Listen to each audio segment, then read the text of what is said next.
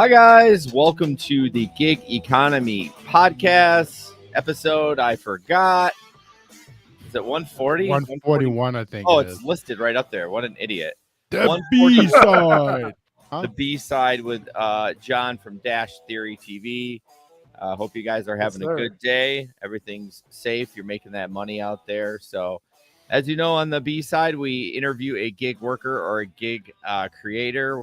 Mostly, they've all been on YouTube. I don't know what else you'd be doing if you weren't on YouTube. TikTok.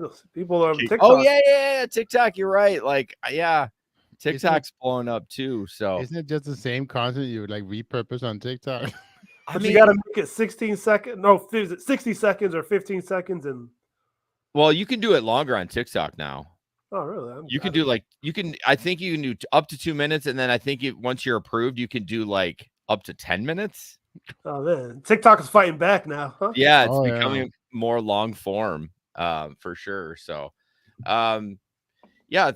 Hold on a second. I fucked this up. Sorry about that. Hang on one second.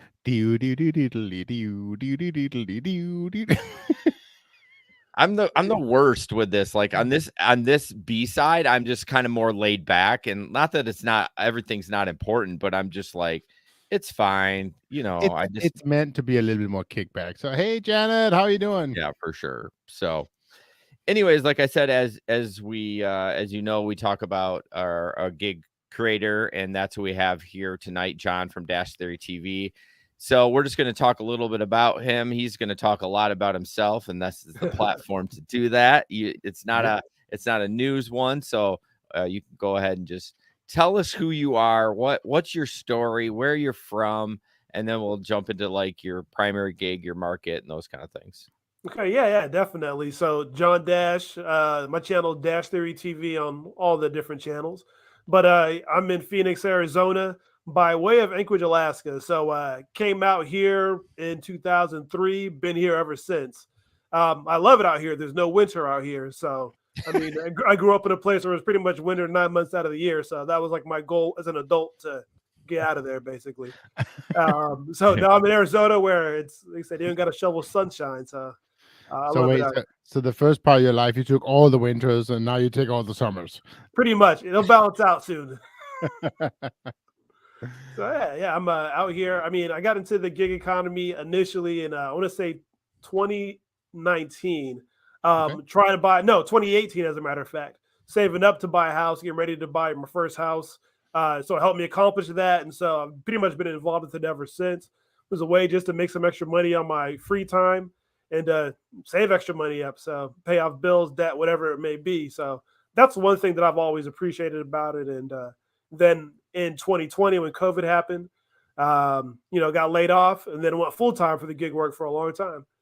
And then I just last year came back to part time. So okay. But I do all the apps, pretty much everything out there. No, did you do any gig work in Alaska? Is there gig work in Alaska? No, there is gig work in Alaska. I've never done gig work in Alaska. I've thought about it. I've been in Alaska to visit, turned on the apps. And I was like, Alaska's more spread out. You would think that the desert would be more spread out, but no, Alaska is, even though it's a smaller city. Yeah. So it's no, I've never done it up there, but I know there's a lot of it's just become a thing up there, and I've seen some TikToks and things of people doing gig work up there, which is interesting. But I wouldn't want to do it in the winter. It's just I've been in enough just getting myself home in the winter. Not to mention drive for other people. That would be brutal. So go ahead, Jesper. Sorry about that. We can probably guess maybe from your name, but what is your primary? We talk about buckets. What's your primary bucket? So you would think it's DoorDash because of the name. No. I was thinking. So that's what originally it was. When I first started gig work, DoorDash was my first app, and but then I've graduated to grocery delivery, as I like to say. Go to the grocery delivery, do a little bit more work, but make a little bit more money per time and per mileage, especially. And ever since the gas prices shot up, I'm looking to reduce my mileage, doing groceries, and trying to make as much money as I can. So nowadays, my primary is Walmart Spark. Okay. And about how many? So you said that you have gone to part time with us. So how about how many hours a week do you do Spark? I would say I do 3 to 4 days a week. So about, I would say between 20 to 30 hours a week. So probably average Oh, like 24. so definitely part-time. I mean, Right. not just, oh, that's awesome. So you were a full-time gig worker, and Mhm. then you said the pandemic hit, and then you went back to, or you got like a W-2 job. The other way, yeah, no, the other way around. So Oh, I other way was a around. part-time, then the pandemic hit, got laid off, then went full-time. Okay. Liked the freedom, did that for a while, but Yeah. then as things changed with the economy, I was like, I want to get insurance and different things. Got that, but with the full-time, was able to get a work from home job, so Oh. that way definitely be able to keep my expenses low, and then as soon as I get off, I can pretty much go right down and do some work. That's one of the Right. things that allows me to do as many hours as I do a week. So Sure. Oh, that's amazing. Sure. Yeah, that's great. So Spark, are you doing the work from home? You're probably like a 9 to 5 or 8 to 4 or whatever. So early days. So I have a 4 by 10 shift, but it's basically 5 a.m. to 3:30, and then this time of the year, then after the time change, what is it? The fall back, spring forward, then it's 6 to 4:30. Is it- Wait a minute. So they made your time different depending So on the time change? so it's an Arizona thing. So Arizona doesn't have daylight savings time. So Right. we stay still when everybody moves forward an hour. Technically, because of my schedule is based off of Eastern Standard Time, I was it gonna moves say, it yeah, that way. Yeah, it's compared to where it is now. So because the main office of your remote is in Eastern Standard Time. exactly. I see that all the time, particularly with remote. I was like, oh, that's what it is. Yeah, my wife's their main, so she's remote 100% too, and their main is actually in North. I want to say North Carolina. No, it can't be because it's actually an hour ahead too. I forget, but they same thing. Oh yeah. But yeah, that's kind of interesting. That is weird. I've never heard of that your schedule would have to change. Like, hey, guess what? We start at 6 a.m. now instead of 5. Like, just the dumbest thing I ever heard, but I get it. It makes sense. Well, so here's the funny thing about it too. So like when I was in training for the work at home job, it was like 9 to 5 or whatever. And then when I came out of training, it was at the time when it was like 6. And then we just had this time change and went back to 5. And so it's like, I don't remember signing up for this, but I guess I did. 5 a.m.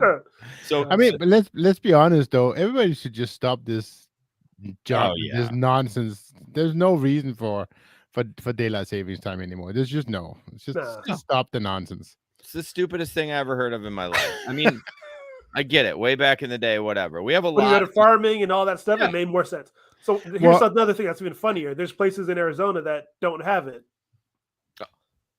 Really? Yeah, so like the Navajo reservation is just on the reservation. There's no daylight savings time, so it's Okay. total bullshit. Yeah, it is weird. There's a lot of old laws back from when we started this country that need to be revisited. You know, we won't go into details on that, but so back to my original question. You get done at 3:30 or 4, whatever the time change is, and then do you find that you do well with Spark in the evenings compared to when you used to do it during the day? So no, I let me phrase that. I don't do as well in the evenings. No, so in the evenings, that's when I'll do more Uber Eats, which is like my secondary. Because in my market, DoorDash is hard to get a schedule if I'm not planning. And especially if you pause it and then you're off the schedule, you pause too long because you're doing too many good Uber Eats orders or whatever it may be. So nowadays in the evenings, turn on Uber Eats because I know that I can turn it on anytime I want to. Right. But I usually do Spark on my days off, and I like that because you can start as early as 7 a.m. when all the food apps are dead, and get some decent orders at opening. Yeah, and pretty much hit my goal by about 1, 2, sometime between 1 and 3 in the afternoon, and just be good for the rest of the day. Okay. Yeah, I've struggled a little bit on Spark. I went back to it in last fall, and it wasn't as good as it was before. I don't know if my Walmart got they saturated it with drivers or whatever, but I haven't done a Spark in so long. It's been crazy.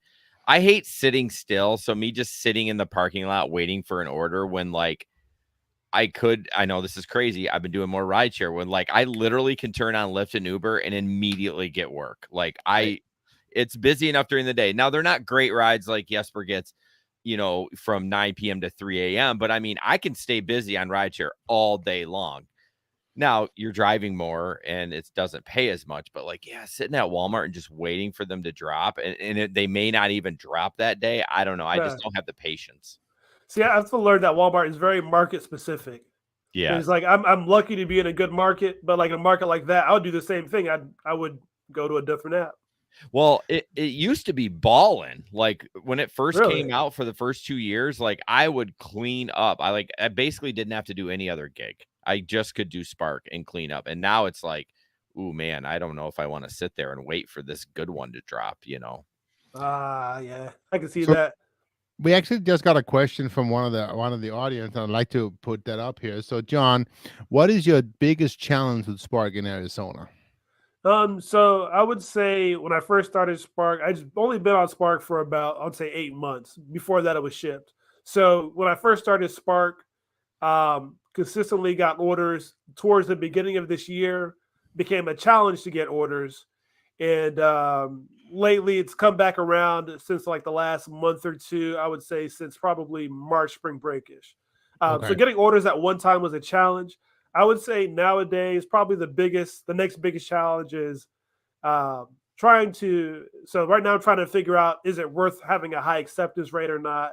So that's probably my big challenge right now. I'm taking some orders, in this challenge, for lack of better terms, that in my opinion, I probably would bypass if I were cherry picking.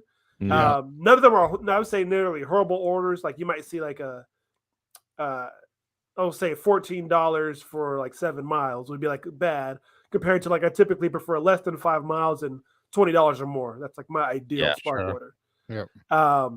But I mean, those aren't compared to some people what I've seen on the internet where they say they're getting offered $8.50 to go 12 miles. They're not bad like that.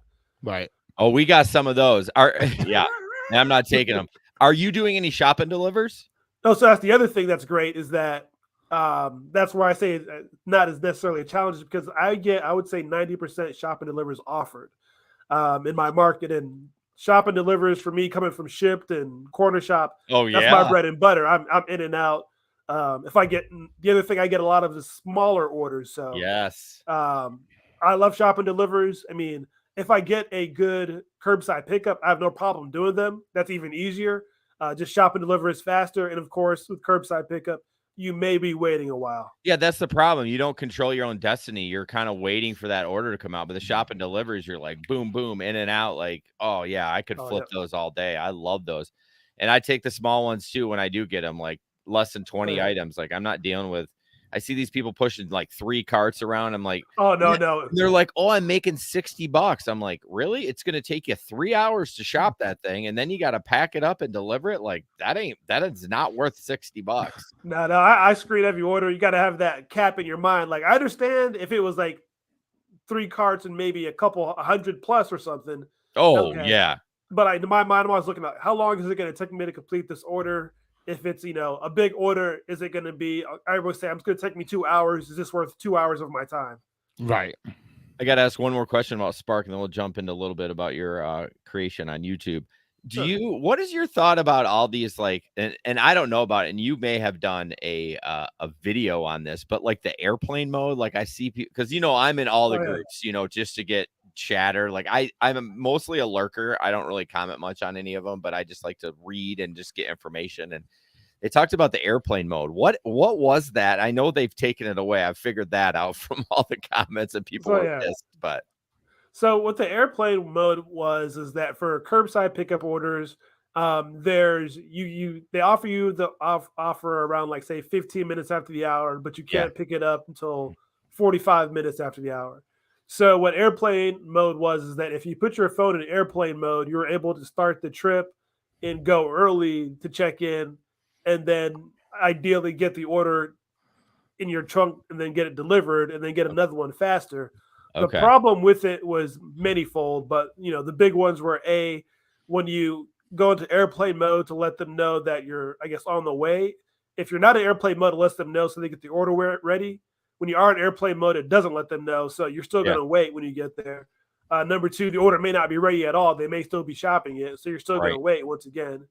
The third one is probably if everything goes right and you do get it in time and you deliver it. A lot of times the customer wasn't expecting that until after the turn of the hour. Yeah. So now all the customers' cold stuff goes bad and they get a bunch of complaints, and then you're more likely to get tip baited. And there's just so many other issues that came from it.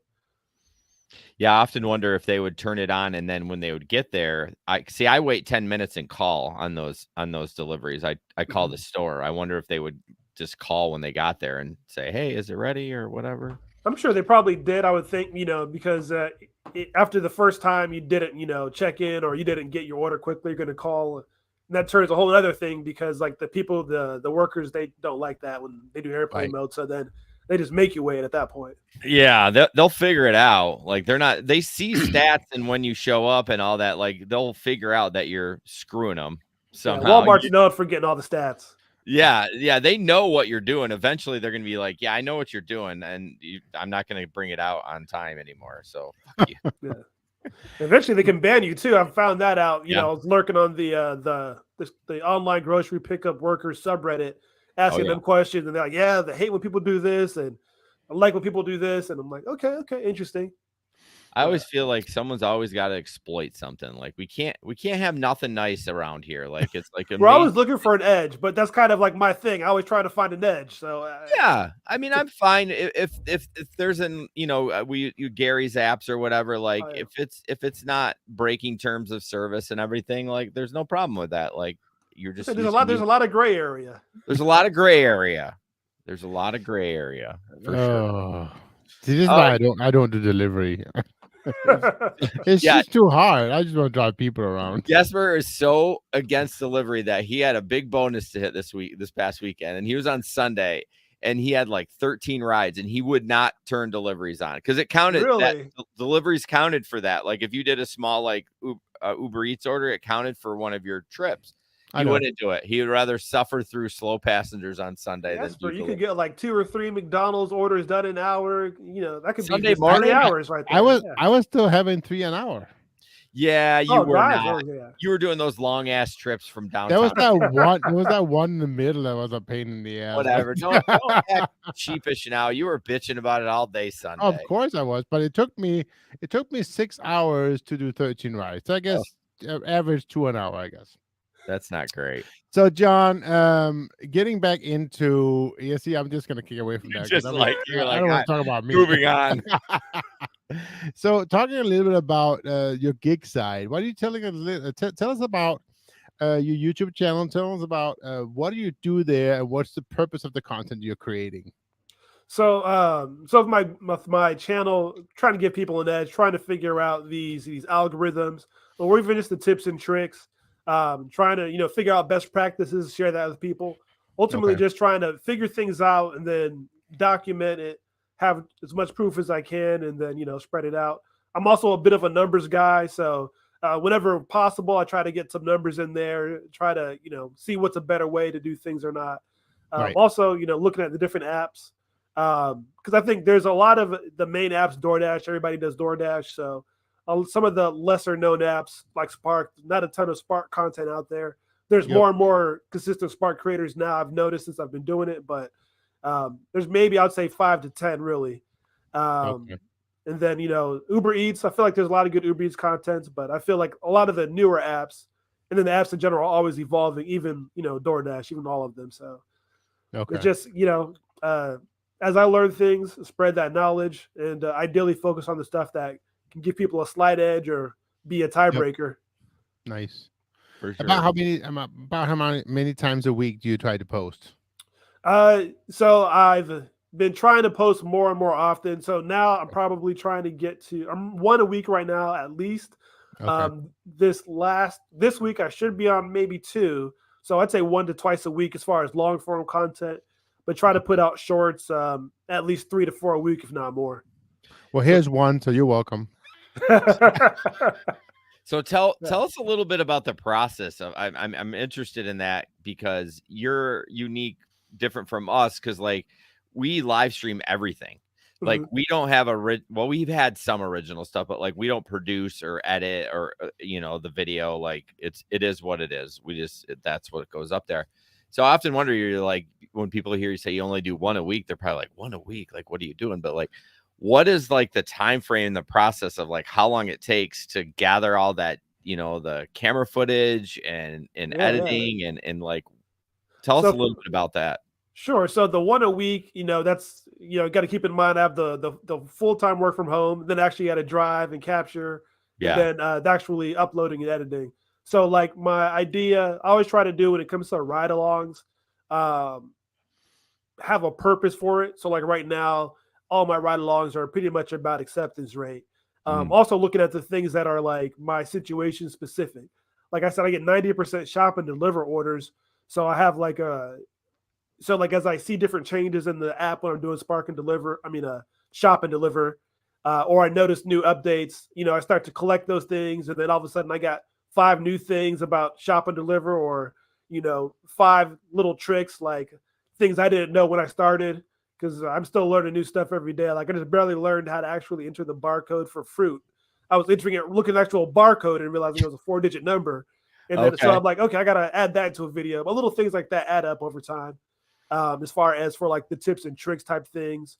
But yeah, a lot of it is naturally occurring, or just even looking at what people are talking about on Reddit or Facebook and saying like, do I have anything to add to that conversation? Because sometimes I don't. Like a lot of the curbside pickup stuff, I don't get a lot of those orders, so I really don't have much to add. Yeah. But when it comes to shop and deliver, that's where I can say, hey, I've noticed Right. that this is easy. This changed in the app. Like one of the big things recently is being able to shop out of order. So before you had to go in the specific order, put those things in. You couldn't substitute out of order, but now you can. So Oh, you can, because like that was always first of all, you used to not be able to even shop out of order, and then you're like, oh, you can shop out of order unless and everything has to be perfect. If you have to sub it, no.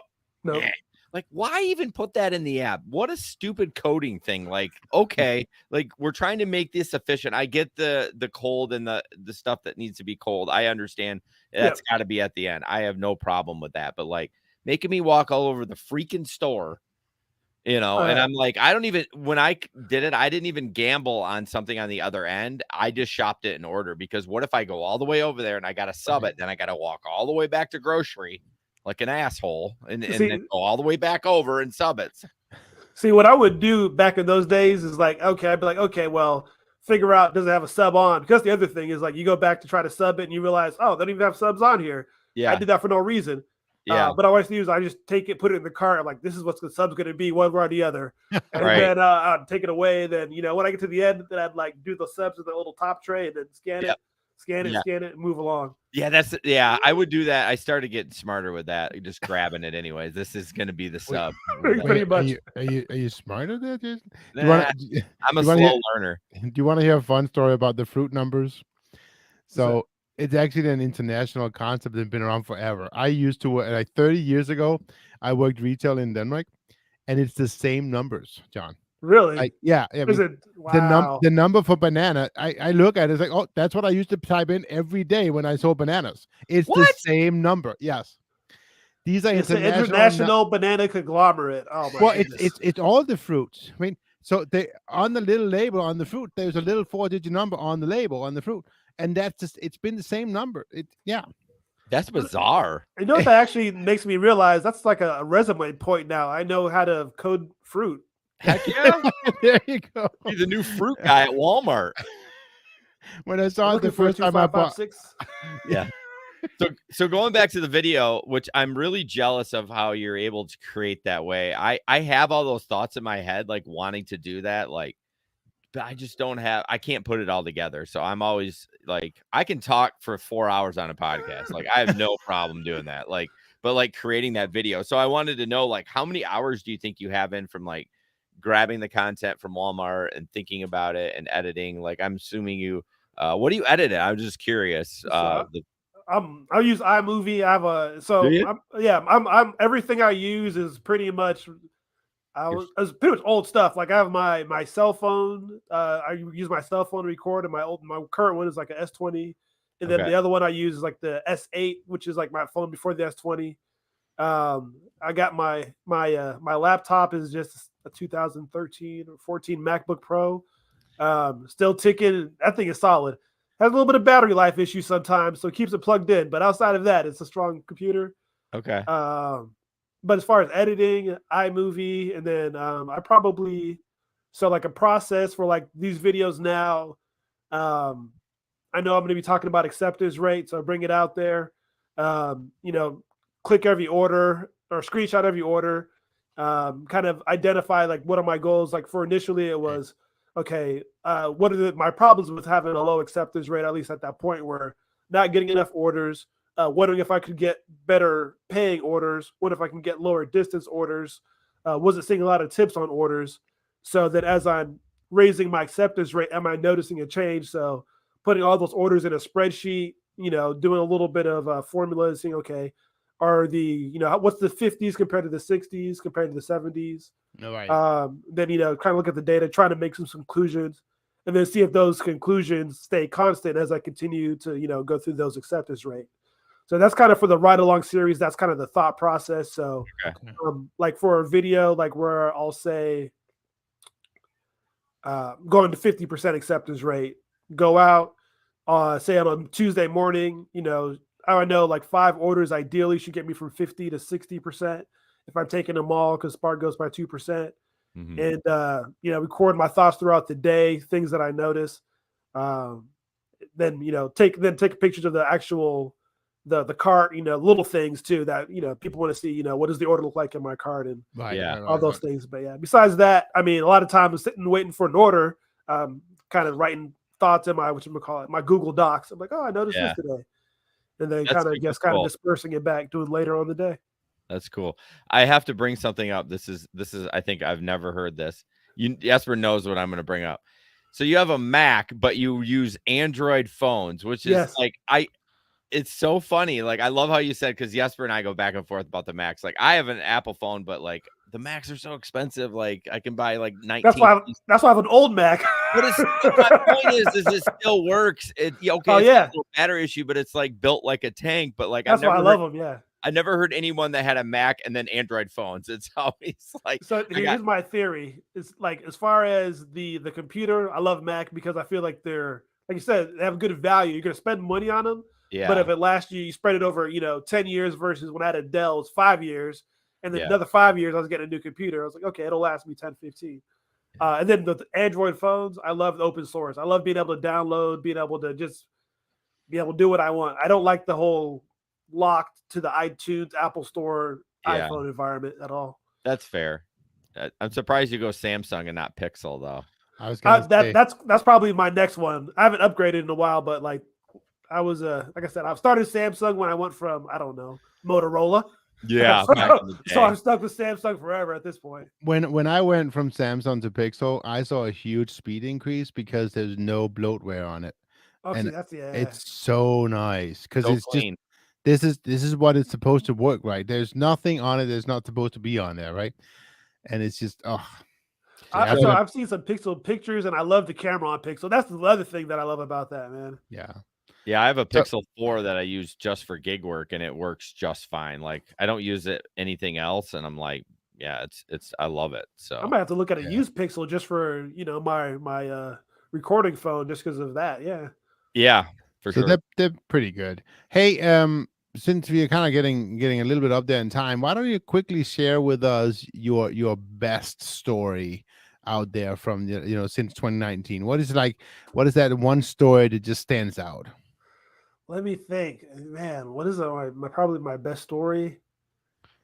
I don't really think I have too many exciting stories. I'm trying to think. There's hadn't been one. I can think of my biggest tip probably. There we go. That's the one. Probably was Shipt. So Shipt during the holidays when I first actually I have a funny story now that I thought of it. Okay, so I'll tell you about my biggest tip, and then I'll tell you about like one of my funny stories.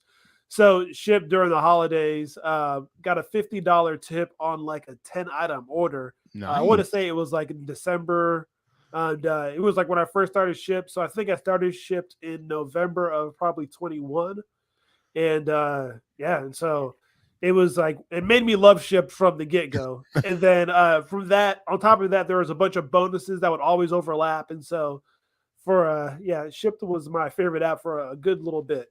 Nice. And and there's nothing special about the order either. It wasn't like a big grocery order. It was just random, like maybe a sweater and maybe a case of water, but nothing like where I'm backbreaking and I'm thinking I better get a big tip. It was just okay. If I got a $10 tip on that order, I would have been happy. Right. Do you often find that I do, like the really super rich homes never tip, and then these hardworking folks, you know what I mean? They're just like they know they tip, and they're just like, dang, babe. Oh probably yeah, couldn't even definitely. afford that, you know what I mean? But you realize the value of the service, and it's just like, oh, it's so frustrating at times. Yeah, it's kind of I used to go to like because kind of there's little areas of town where like the professional athletes in Arizona live, and I used to think, Yeah. oh, dude, go over there, make more money. It was never the case. Never the case. A couple other questions. I know we're over our time, but I'm having fun. And I don't care. It's my show. It's your show, Zon. Hey. So what? Well, It's my our show too. Sorry. When I say my show, it just implies it's yours too. Like we're a team. I want to know how you set yourself apart from other creators, because I know you talked about earlier that you got on the Spark stuff early, which is huge. Like YouTube's about getting on the soonest, right? Like getting on content on that. So how do you feel like you separate yourself from someone like maybe like 3 months ago that started talking about Spark content? So I feel like probably the biggest thing is like when I make a video about whatever that topic is, 5 things I wish I knew, before I started Spark, or as my first day of Spark. I think that was probably my first Spark video. Yeah.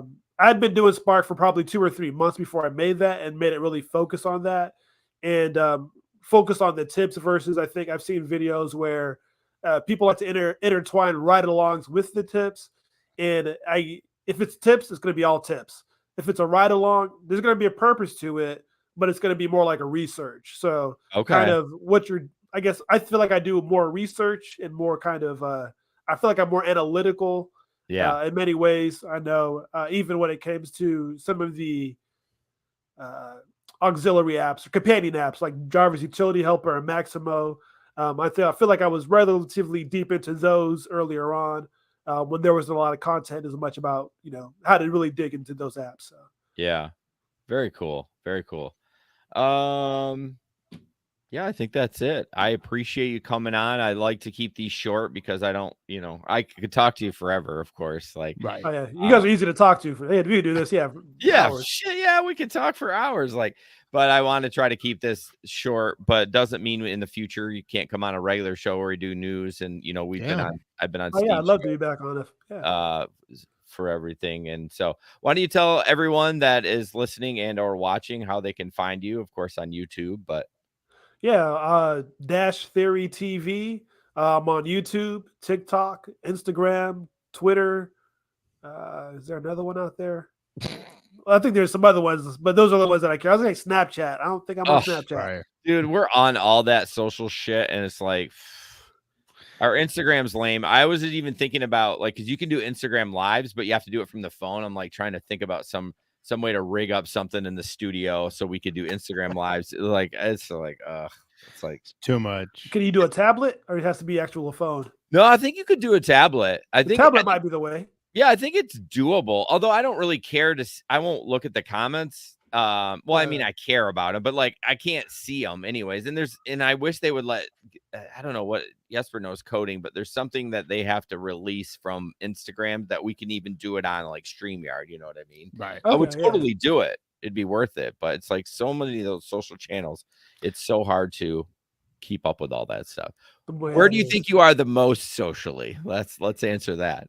Ooh, so definitely outside of YouTube, probably Instagram. Gotcha. Okay. Yeah. If anybody else get in contact with me, that's the best way to get in contact with me. Probably DM me on Instagram. Yeah. I'm on there at least say 5 days a week. Maybe not every day, but 5 days a week for sure. Everybody's got the one that they use a lot. Like I met Steve from Rideshare Rodeo on Twitter. I think that's where we connected. I've met a lot of people on Twitter. I think I found you through Steve on Twitter initially or something like that. Yeah, I think we might have connected. Yeah. Yeah, for sure. So, but yeah, I never find anybody on Instagram. I don't know what it is, but anyways, I'm rambling on. So, John, stay on after we're off, but everyone that's listening, thank you guys so much. Thank you so much, guys. 142 next week, a regular format. You're still here next week? Like you're gonna be on vacation in a couple weeks, right? A May couple 10th? weeks. No, yeah, it's not until May 7th. Yeah. And Steve's gonna be the host on that night, so we'll tear it up. But anyways, John, thank you so much for being on the show. I appreciate you, Thank you guys for having me. and we'll talk to you in a Thanks, week. John.